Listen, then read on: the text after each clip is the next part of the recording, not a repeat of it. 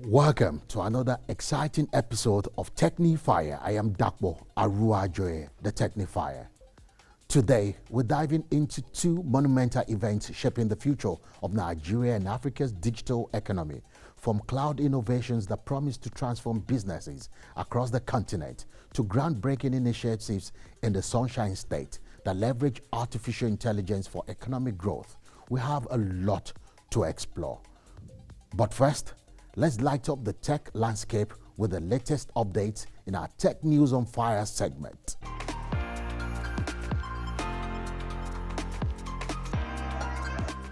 OpenAI has disclosed that hundreds of thousands of ChatGPT users may show signs of severe mental health issues, including mania and suicidal thoughts. An estimated 560,000 users could experience psychosis weekly, prompting OpenAI to enhance its GPT-5 model for better identification and assistance. This raises concerns about AI interactions and their impact on mental health. Researchers have introduced ionocaloric cooling, a new refrigeration method that could replace traditional systems. By using charged particles to manipulate temperature without harmful refrigerants, this approach promises to reduce the ecological footprint of cooling technologies, potentially revolutionizing energy efficiency in refrigeration. Experts argue that Amazon's increasing reliance on robotics mirrors historical labor shifts, aiming to enhance worker productivity rather than eliminate jobs. This challenges the narrative of job losses, suggesting automation could lead to higher wages and improved working conditions for employees. Nigeria plans to implement stricter regulations on TikTok to ensure content aligns with national goals of skill development and digital safety. The National Information Technology Development Agency, NIDA, seeks to reshape the impact of digital platforms on local cultures and communities. OpenAI's Sora app gained over 1 million downloads in a week, but has faced backlash for creating unauthorized deepfake videos of celebrities and historical figures. Critics warn that this could fuel misinformation and erode public trust in media authenticity, intensifying the debate over digital identity in the age of AI.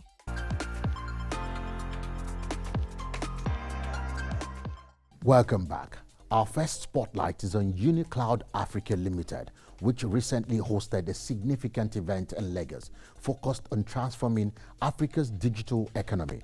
This gathering brought together industry leaders, technology experts, and stakeholders eager to explore the latest advancements in cloud technology, the birth of UniCloud Africa, One Cloud, One Africa, Africa's 100% sovereign cloud. Gathered here are heads of companies and technology stakeholders for the introduction of a new player in the Nigerian tech ecosystem, UniCloud Africa.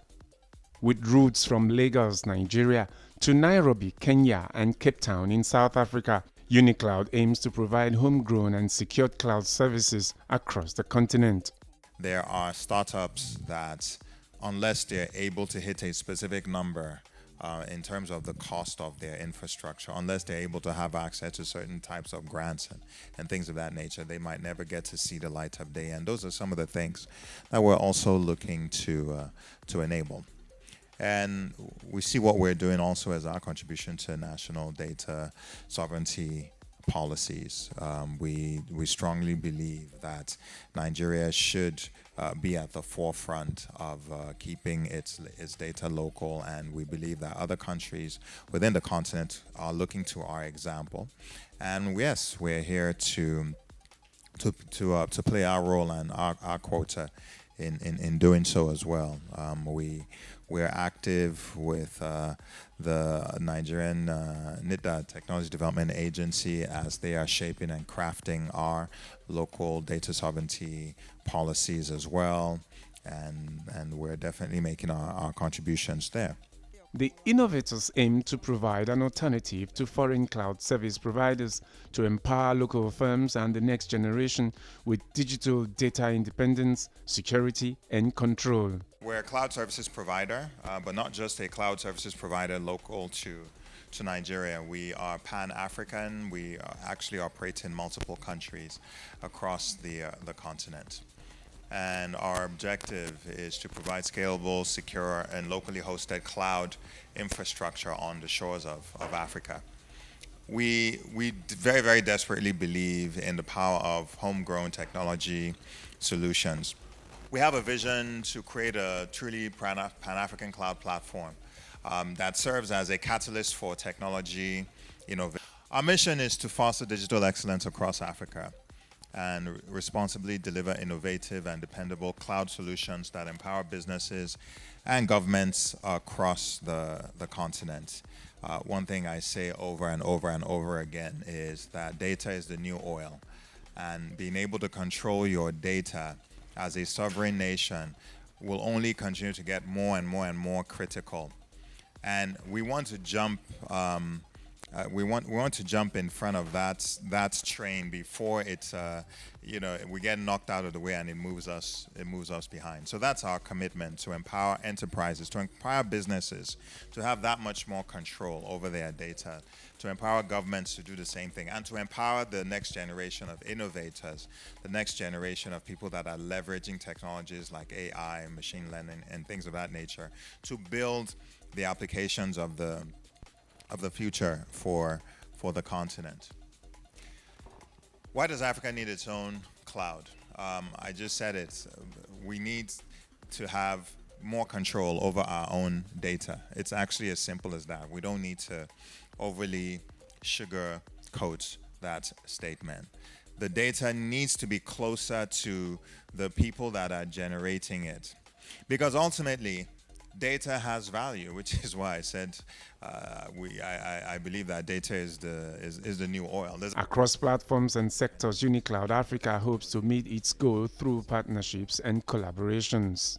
To empower businesses to have that much more control over their data, to empower governments to do the same thing, and to empower the next generation of innovators, the next generation of people that are leveraging technologies like AI, machine learning, and things of that nature. It's not just about technology.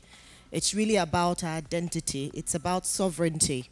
And it's really about unlocking Africa's digital future. And I do hope, with the launch today, UniCloud Africa, One Cloud, One Africa, as you have said, will be part of building Africa Tube, not just for Nigeria, but for all of Africa and for the world. And I have been a real advocate for us to build our infrastructure in Nigeria and in Africa. Make sure that we also attract some of the global hyperscalers into town. This kind of platform gives opportunities for local registrars that are into .ng, organizations that have, small websites and all that, to host and domesticate those websites locally. The good news for those who will be on UniCloud solutions is affordability in Naira, saving them huge foreign exchange. Knowing that we're actually expanding to about 4-5 countries in the first phase, we actually created a multi-currency system. So if we have a region in Ghana, it gives you cedis. This development affirms Nigeria's place as a rising global tech hub made in Africa.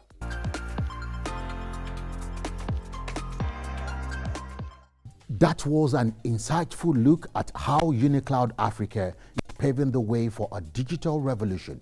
More to come after the break. Don't go anywhere.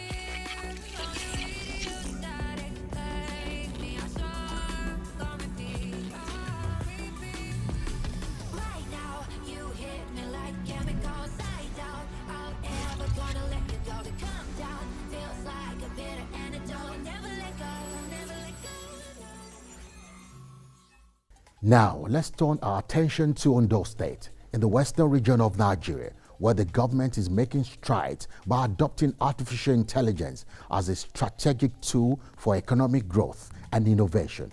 This landmark decision was unveiled during a 2-day high-level policy summit organized by the State Information Technology Agency, SITA. Today's summit is more than an event. It is a movement, a call to action for government MDAs and the local government, industries, the academia, and of course our Ondo State citizens to embrace AI not as a threat, but as an enabler of progress. We are not just embracing modern technology. We are charting a bold new initiatives towards a more efficient, productive, and innovative future for every resident of our Sunshine State. AI is no longer a distant dream. It is a powerful tool that is already transforming how government and organizations serve the public, and we are proud to key into it as at this period. Honestly, if you see what people are now saying about AI, you will be forced to go and know more. Because before you know what is happening, like the other aspect of AI that people are looking at is that it will take people out of job, which ordinarily should not be the way that we should be looking at. But you discover that the phobia is there. So a lot of people have been aiming at looking at AI. That's why for us at the Permanent Secretaries Forum level, we felt a need for us to go and look for wisdom, knowledge about AI. And that is why all these my colleagues are here. When I got this call, I was excited because it's proof that Ondo State is a forward-thinking state. Because globally, artificial intelligence is shaping global events and shaping global realities. So this is proof that Ondo State is at the cutting edge of what is happening globally, and it will be a great delight to contribute to the conversations that will lead to increased adoption of artificial intelligence in Ondo State. You all agree with me that the advantages of using or adopting AI to our daily life is something that can never be overemphasized. Hence the essence for today's program. I have witnessed how this technology can transform not just systems, but the entire fabric of our society by empowering inclusion, participation, accountability, and responsive service delivery, because we all know that that is the hallmark of government, service delivery. Today in this AI Summit, our theme, AI adoption in the public sector, the strategies, opportunities, and framework to drive governance, innovation, economic growth, and service delivery in Ondo State is so crucial and central, as well as representing a call to action through innovation and leadership. In a nation like ours, where youth bulge meets digital ambition, Ondo State stands at the threshold of becoming the next AI hub in Nigeria, shaping and driving policies, governance systems, and economies, even political manifestos, faster than ever before. That is only if it is well adopted. For this to happen without much hesitation or resistance, we must take a cue from national blueprints like the National Artificial Intelligence Strategy 2024, the National Digital Economy and E-Governance Bill 2024, and the Digital Public Infrastructure DPI framework to develop local strategies that are both grounded in our realities. For us to be able to adopt, use AI meaningfully, for us to be able to get a very good slice of what the digital economy has to offer, especially with the introduction of AI into the picture, there has got to be investment in what I call a sovereign cloud infrastructure. And so that is why I titled this presentation the Ondo Sovereign AI Cloud Infrastructure. because that is the only way the state can be able to harness all the available opportunities that this ecosystem has to present. Now, the truth of the matter is that in this age and time, data is the new oil. You agree with me? Data is everything. We are talking big data. Big data is talking about data that has volume, that has velocity, that has veracity. You and I see the amount of data being generated in the times that we live in, and that is the food that AI models eat for them to become more intelligent, for them to become wiser, for them to be able to do more. So you can imagine the amount of videos being generated on Instagram, the amount of likes, the amount of data that we see on all these kind of platforms. Now put it together globally, an idea of how much data is going to be generated and is being generated. Now, there must now be a localized and a state-owned infrastructure that will ensure that the state complies with the NDPR policy, and it will anticipate protection and regulation.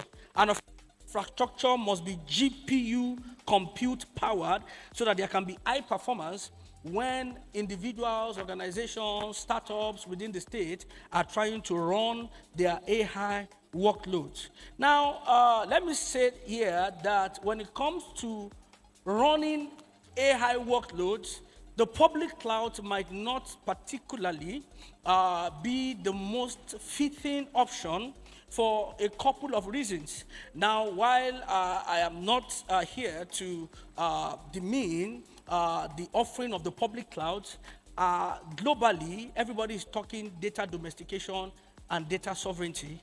And that is why it is important that we look into having an infrastructure that Ondo State can leverage on for AI adoption. It has to be localized, it has to be sovereign, and it has to be data that is very close to the populace.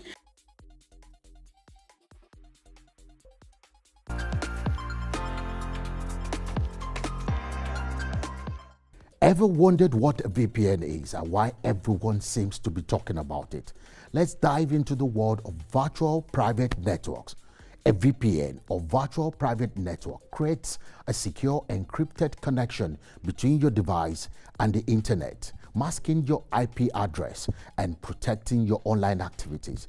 Think of it as a private tunnel for your data, keeping prying eyes away. So, what's the good side of using a VPN?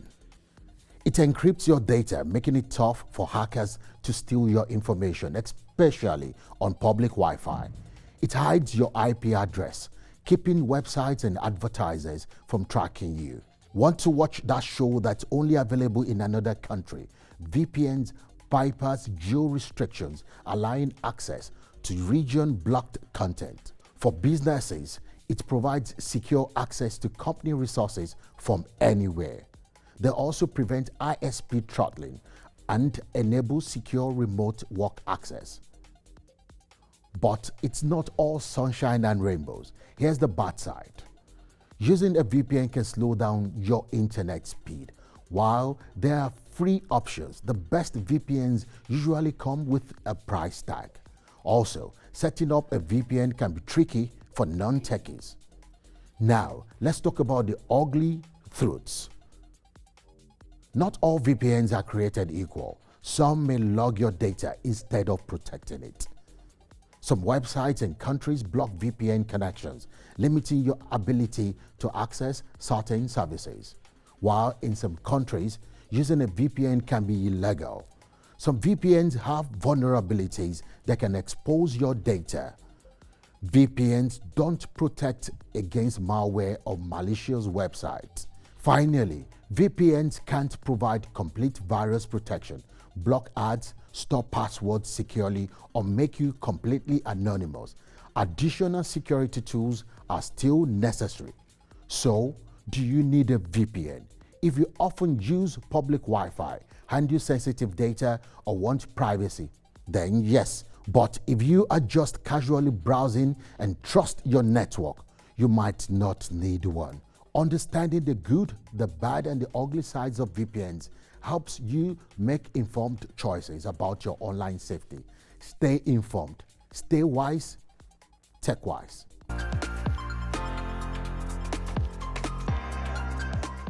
Now, let's hear from you. Thank you for your continued engagement and feedback on our previous episode. Your insights are invaluable to us.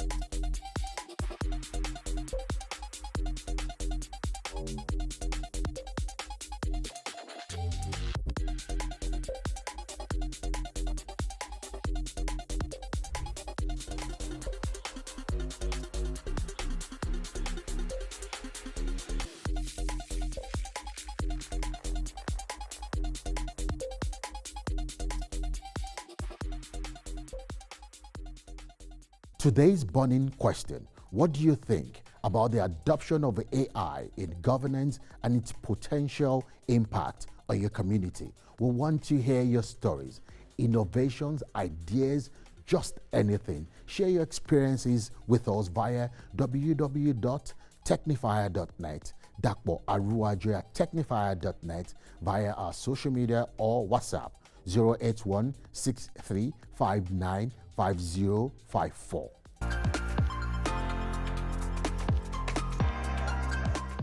That wraps up our exploration of how cloud technology and AI are shaping Africa's digital future. I hope these insights inspire you to engage with these innovations and consider the potential in your own endeavors. Until next time, keep the tech flame burning. I am Dapo Aruwajoye, the Technifier, signing off on the TechnyFire.